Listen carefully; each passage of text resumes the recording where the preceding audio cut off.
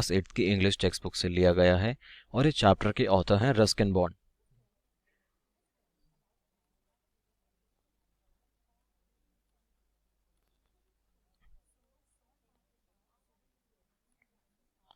तो स्टार्ट करने से पहले हम जान लेते हैं कि रस्किन बॉन्ड कौन थे। रस्किन बॉन्ड एक इंडियन ऑथर हैं जो मसूरी में रहते हैं। वह काफ़ी फेमस हैं अपनी नॉवेल्स के लिए एज अ राइटर, और वो फेमस हैं स्पेशली अपनी चिल्ड्रन की बनाई हुई नॉवेल्स के लिए। वह काफ़ी सारे लिटरेचर में और राइटिंग में कंट्रीब्यूशन दे चुके हैं। उनको काफ़ी प्राइजेस मिले हैं इंडियन गवर्नमेंट की तरफ से इन कंट्रीब्यूशन ऑफ एजुकेशन, मतलब एजुकेशन की तरफ जो लिटरेचर में उन्होंने कंट्रीब्यूट करा है उस तरफ से उनको काफ़ी सारे प्राइजेस मिले हैं। और ऐसी ही काफ़ी सारी स्टोरीज़ और डायरीज़ वो लिख चुके हैं पहले, और इसके लिए उनको काफ़ी सारी रिकॉग्निशन दी गई है। वह एक इंडियन राइटर हैं but with British descendant roots.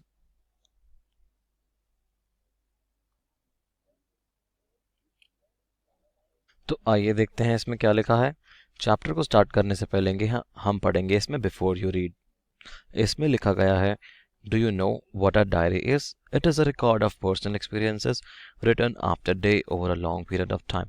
तो इन्होंने हमसे पूछा कि हमें क्या पता है कि डायरी क्या होती है। फिर उन्होंने आंसर किया, डायरी वह चीज़ होती है जिसमें हम अपना पर्सनल एक्सपीरियंसेस, मतलब हमने जो डेली लाइफ में चीज़ें होती हैं हमारे साथ, हम उनके बारे में लिखते हैं। और over a long period of time मतलब बहुत टाइम तक लिखते रहते हैं।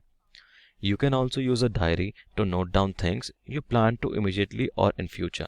तो इन्होंने कहा कि जो डायरी होती है हम इसको एकदम से ही इसमें चीज़ें लिख सकते हैं जो हमारे साथ हुई, और फ्यूचर में हम क्या एक्सपेक्ट कर रहे हैं हम वो भी लिख सकते हैं। क्योंकि इन्होंने कहा ना कि हमारे पास जो पर्सनल एक्सपीरियंसेस होते हैं वो, तो पर्सनल एक्सपीरियंसेस कैसे भी हो सकते हैं। One of the most famous diaries published as a book is the diary of Anne Frank. तो इन्होंने यहाँ पर कहा एग्जाम्पल देके कि एक डायरीज मतलब कि जो एक बुक की फॉर्म में पब्लिश हुई वो काफ़ी फेमस हुई। ऐसी एक डायरी थी एन फ्रैंक की जिसके बारे में लोग काफ़ी जानते हैं। Here are few extras from Ruskin Bond's diary, which he portrays the silent miracles of nature and the life of little joys and regrets. Read on. तो इन्होंने कहा कि हम इस चैप्टर में पढ़ने वाले हैं रस्किन बॉन्ड की डायरी में से लिए गए कुछ एक्सट्रैक्ट्स, मतलब उनके कुछ इंपॉर्टेंट चीज़ें जो उन्होंने लिखी, अपनी लाइफ के पार्ट्स लिखे। और इन्होंने ये भी कहा कि जिससे वह उन पार्ट्स में दिखा रहे हैं कि नेचर का क्या होता है रोल हमारी लाइफ में। और साइलेंट मिरेकल्स का मतलब होता है कि बिना कुछ फील करे या कुछ ज़्यादा एक्सप्रेस करे नेचर क्या क्या चीज़ें कर जाता है, क्या क्या मतलब वो होते हैं कि नेचर का वंडर जैसे हम बोलते हैं ना, वैसी चीज़ें। और आगे ये भी कहा कि और उन चीज़ों से कैसे लाइफ के बारे में हमें सीखने को मिलेगा। लिटिल जॉयज एंड रिग्रेट्स मतलब छोटी छोटी खुशियाँ मिलती हैं उससे, छोटा छोटा दुख भी होता है। तो इन्होंने अपने एक्सट्रैक्ट्स मतलब जो लिखे हैं आगे उसमें ये सब एक्सप्लेन करा है। आइए पढ़ते हैं कि इसको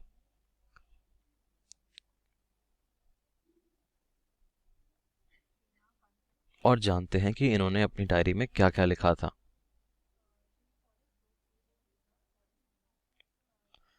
तो यहाँ पर हम देखते हैं कि यहाँ पर एक न्यूमरल लिखा है, यहाँ पर लिखा है 1। तो इसका मतलब है कि ये अलग अलग पार्ट्स में डिवाइडेड है। तो आइए देखते हैं कि हमने इसमें क्या पढ़ने को मिलेगा। सबसे पहले यहाँ पर मेंशन है, जब आप डायरी लिखते हैं तो एक डेट कि इस दिन आपके साथ क्या हुआ था, और उसके नीचे लिखा जाता है कि हमारे साथ उस दिन एक्चुअल में क्या हुआ था उसकी डिटेल्स। आइए पढ़ते हैं इसे। The first day of monsoon mist, and it's strange how all the birds fall silent as the mist comes building climbing up the hill. तो उन्होंने कहा कि मॉनसून का पहला दिन था, और मिस्ट मतलब जो होती है वो होती है जो हम देखते हैं कि जैसे फॉग हो जाता है, कभी कभी मॉइस्चर हो जाता है एयर में, तो वह मिक्स हो जाता है हवा के साथ, तो उसको हम कहते हैं। वो एग्जैक्टली फॉग नहीं होता, बट लेकिन आप जब सर्दियों में देखते हैं कि थोड़ा सा आपको फॉगी दिख रहा है, धुंधला दिख रहा है, तो उसी को टर्म दिया गया है यहाँ पर। और कहा कि ये बहुत स्ट्रेंज है, मतलब कि ये बहुत अजीब चीज़ है कि ऐसे टाइम पर जो बर्ड्स होती हैं वो हमेशा शांत हो जाती हैं और हिल मतलब ऊपर पहाड़ पर चले जाती हैं। Perhaps that what makes the mist so melancholy. तो उन्होंने कहा कि क्या पता यही चीज़ मिस्ट को मेलनकली बनाता हो। तो मेलनकली का यहाँ पर मीनिंग दिया गया है वेरी सैड। तो उन्होंने कहा कि एक यहाँ पर उन्होंने मेटाफोर टाइप एक्सप्लेन करा है कि वो इस चीज़ को सैड बना देता है, जो पूरा एटमॉस्फेयर हो जाता है। और उसमें कहा कि मिस्ट इज कॉल्ड मेलनकली बिकॉज वो पीपल को मेलनकली टाइप फील कराती है, मतलब सैड फील कराती है।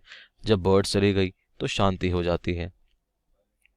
And Not only does it conceal the hills, it blankets them in silence too. Only an hour ago the trees were ringing with bird song. तो उन्होंने आगे क्या कहा कि अब जब शांति इतनी हो जाती है तो जो हिल्स होती हैं उनमें ब्लैंकेट ऑफ साइलेंस मतलब वो ढक जाते हैं साइलेंस से, शांति की लेयर आ जाती है वहां पे एक। और उन्होंने कहा कि उससे कम से कम 1 घंटे पहले तो वहां पर जो बर्ड्स थी वो गाना गा रही थी। And now that the forest is deathly still as though it were midnight. तो उन्होंने कहा कि अब तो मानो फॉरेस्ट डेथली मतलब उन्होंने कहा कि जैसे शांत होता है रात को, डरावना भी होता है फॉरेस्ट, तो फॉरेस्ट जैसे मिडनाइट में होता है तो बर्ड्स के जाने के बाद बिल्कुल वैसा हो गया है, क्योंकि अब तो बिल्कुल शांति हो गई है। Through the mist Biju is calling to his sister. I cannot hear him running about on the hillside, but I cannot see him. तो उन्होंने कहा कि through the mist Biju is calling to his sister. एक बीजू जो इंसान है, जो उन्होंने कैरेक्टर बताया है, वो अपनी बहन को आवाज लगा रहा है उस मिस्ट मतलब जो बीच में फॉगी सा एटमॉस्फेयर बना हुआ है उसके बीच में। तो उन्होंने कहा कि मैं उसे सुन सकता हूँ, वो भाग रहा है हिल्स के बीच में, बट मुझे वो दिखाई नहीं दे रहा क्योंकि वहां पर मिस्ट है इसलिए।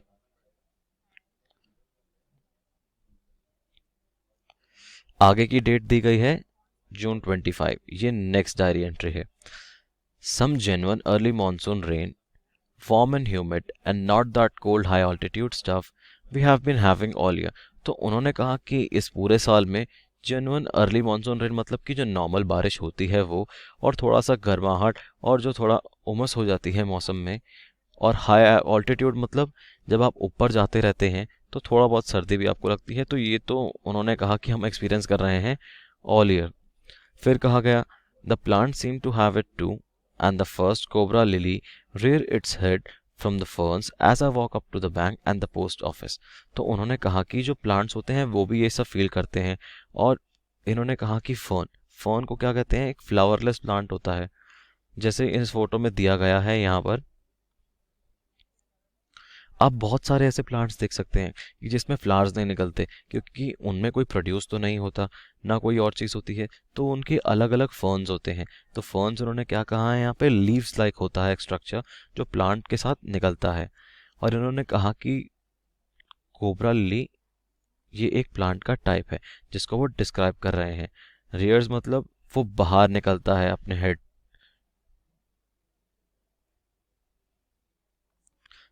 जो कोई भी चीज़ अगर आप देखते हैं कि बैक में है और वो बाहर ऊपर आ रही है, जैसे कोबरा लिली को उन्होंने डिस्क्राइब करा है यहाँ पर, तो उसको कहते हैं बाहर आना। तो यहाँ मैं लिख देता हूँ बैक, या फिर ऐसे लिख सकते हैं कम्स आउट फ्रॉम बैक। ये आपके लिए इजी होगा समझने के लिए। The mist affords a certain privacy। A schoolboy asked me to describe the hill station and valley in one sentence, and all I could say was a paradise that might have been। तो इन्होंने कहा कि जो mist होती है वो थोड़ा सा प्राइवेसी देती है। मतलब अब मिस्ट का काम क्या था, मिस्ट तो चीज़ों को लोगों को सामने क्लियरली दिखता नहीं है, तो अब क्लियरली उससे देख भी नहीं सकते, चाहे कोई इस साइड हो या कोई दूसरी साइड हो। तो थोड़ा सा प्राइवेसी मतलब कि थोड़ा सा उनको पर्सनल स्पेस मिल जाती है कि आपके आसपास कोई आपको देख नहीं पा रहा है, तो कोई आपका ऊपर नज़र भी नहीं रख पाता, तो वैसी टाइप की प्राइवेसी हो जाती है। और उन्होंने कहा कि इस बीच एक स्कूल का लड़का था जिनसे उनको एक क्वेश्चन आया कि उन्होंने कहा कि मुझे आप डिस्क्राइब करिए कि हिल स्टेशन और वैली को आप एक सेंटेंस में क्या कहना चाहेंगे। तो उन्होंने कहा कि जो कुछ था मैं एक ही चीज़ कह सकता हूँ कि वह है एक paradise you might have that might have been. तो उन्होंने कहा कि वह पैराडाइज है। तो पैराडाइज मतलब उन्होंने ऐसे अच्छे टर्म्स में यूज़ करा गया है कि उन्होंने कहा कि ये बहुत अच्छी जगह है जहाँ पर सब कुछ है, और उन्होंने कहा कि ऐसा पैराडाइज है जहाँ पर सब कुछ हो सकता है और ऑलरेडी है। आइए हम अगली डेट को पढ़ते हैं। जून 27। The rains have heralded the arrival of some seasonal visitors, a leopard and several thousand leeches। तो इन्होंने यहाँ पर क्या कहा गया है, heralded का मतलब पहले इन्होंने यहाँ पे एक्सप्लेन भी करा है। announced मतलब रेन्स जब आती हैं, रेन्स अनाउंस कर देती हैं अपना अराइवल सीजनल विजिटर्स को, जैसे leopards and several thousand leches, इनको पता लग जाता है जब रेन आने वाली होती है। अगर आपको हेराल्ड का मीनिंग देखना है तो आप यहाँ पर रेफर कर सकते हैं। लीचेस भी इंसेक्ट्स होते हैं और बाकी लेपर्ड एनिमल्स तो नॉर्मल होते ही हैं. Yesterday afternoon, the leopard lifted a dog from near the servants' quarter below the school.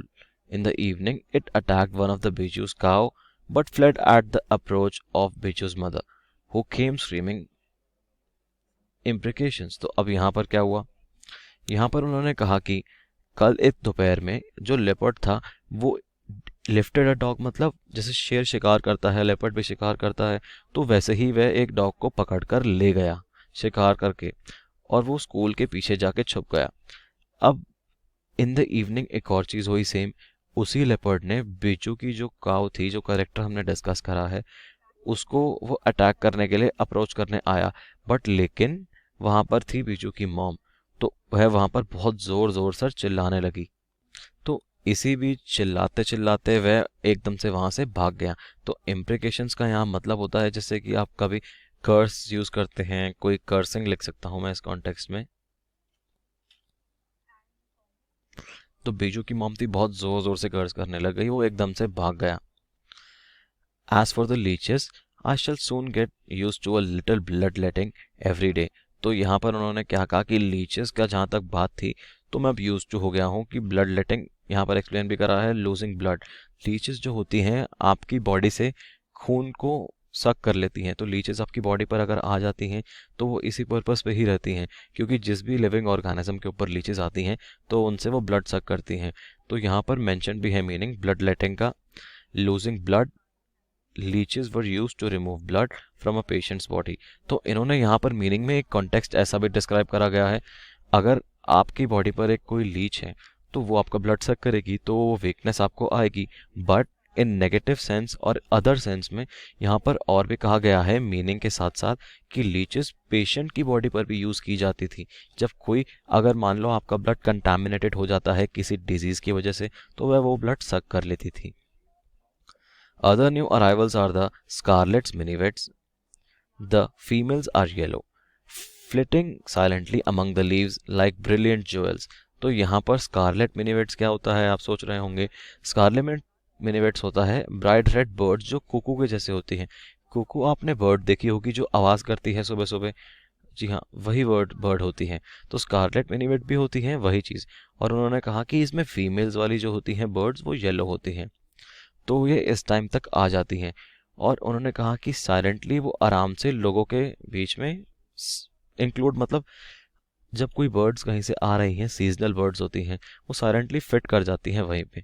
Flitting मतलब क्या होता है, तो वो क्या करती हैं स्लोली स्लोली ब्रांचेस के बीच में मूव करती रहती हैं. और वो छोटे छोटे ज्वेल्स, मतलब जो उनका कलर जैसे डिस्क्राइब करा गया है, तो वो बहुत ज़्यादा ब्राइट लगती हैं. मैं आपके लिए यहाँ मीनिंग भी लिख देता हूँ इसका. फ्लिटिंग का meaning slowly slowly move in the branches. जैसे वो बर्ड्स हैं तो ब्रांचेस और ट्रीज के बीच में ही रहेंगी. No matter how leafy the trees, these brightly colored birds cannot conceal themselves. Although by remaining absolutely silent, they sometimes contrive to go unnoticed. तो जैसे हमने यहाँ डिस्कस करा था कि उनका ब्राइट कलर ही ऐसा है, वो ज्वेल्स की जैसे चमकती रहती हैं. और उन्होंने कहा कि ऑल्दो वो जितना भी आपको चाहे अपने आप को कंसील, मतलब हाइड, या फिर आप कह सकते हैं छुपा नहीं पाती हैं, क्योंकि उनका कलर ही इतना ब्राइट है. बट कभी कभार अगर वह शांत हो जाएं तो वो कभी कभार अननोटिस, मतलब तो वो किसी को पता नहीं लगता कि पेड़ में वो बैठी हैं. Along came a pair of drongos, necessarily or unnecessarily aggressive, chasing the minivettes away. तो ड्रोंगो का क्या होता है यहाँ पे, ड्रोंगो भी एक एनिमल की स्पीशीज है, तो वो बर्ड है. A strong bird with stout bill. अब ड्रोंगो क्या करते हैं, वो इन बर्ड्स के पीछे भागते हैं, मिनिवेट्स के पीछे, और उनको भगाते हैं. और वो अननेसेसरली एग्रेसिव, मतलब बहुत ज़्यादा गुस्से में ऐसे लगते हैं कि वे उनके पीछे भाग रहे हैं. और चेज मतलब वो उनका हमेशा पीछा ही करते रहते हैं जब तक वह भाग ना जाए. और ड्रोंगो होता क्या है एक्चुअल में, वह बर्ड्स जो गाना भी गाती हैं. स्टाउट का मतलब यहाँ पर ये होगा कि वो बहुत ब्रेव होती हैं। यूजुअली तो स्टाउट जब हम कहते हैं तो हम किसी को डिस्क्राइब करते हैं कि वह ब्रेव है। अब इस केस में बताया गया है कि वह बहुत ब्रेव बर्ड्स हैं। बिल मतलब बहुत बड़ी चोंच है उनकी और वह इनको डराती हैं और मिनीवेट्स को भगाती रहती हैं एक जगह से दूसरी जगह पर। A tree creeper moves rapidly up the trunk of the oak tree, snapping up insects all the way. Now that the rains are here, there is no dearth of food for the insectivorous birds. तो इन्होंने क्या कहा, जो tree creeper मतलब होती हैं, वो creeper क्या होता है जो क्लाइम करता है किसी जगह पे, वैसे तो वो रैपिडली मूव करते हैं, ट्रंक मतलब पेड़ की जो डाल होती है उसके ऊपर। और वहाँ पर क्या करते हैं, वो स्नैपिंग इंसेक्ट्स मतलब इंसेक्ट्स को भगाते रहते हैं और खाते रहते हैं। और जब बारिश आ जाती है तो कोई फूड की कमी ही नहीं होती उनके पास, जो इंसेक्टिवोरस बर्ड्स होती हैं। इंसेक्टिव आपने सुना होगा हर्बीवोर्स, ओमनीवोर्स। इंसेक्टिवोर्स वो बर्ड होती हैं जो इंसेक्ट्स के ऊपर फीड करती हैं, तो वह इंसेक्ट्स को पेड़ पे से खाती रहती हैं। और बारिश के टाइम पे उन्होंने कहा कि कोई ऐसे खाने की या इंसेक्ट्स की उनके लिए कमी होती ही नहीं है। तो इस चैप्टर का ये फर्स्ट पार्ट यहीं ख़त्म हुआ। नेक्स्ट पार्ट हम डिस्कस करेंगे नेक्स्ट वीडियो में।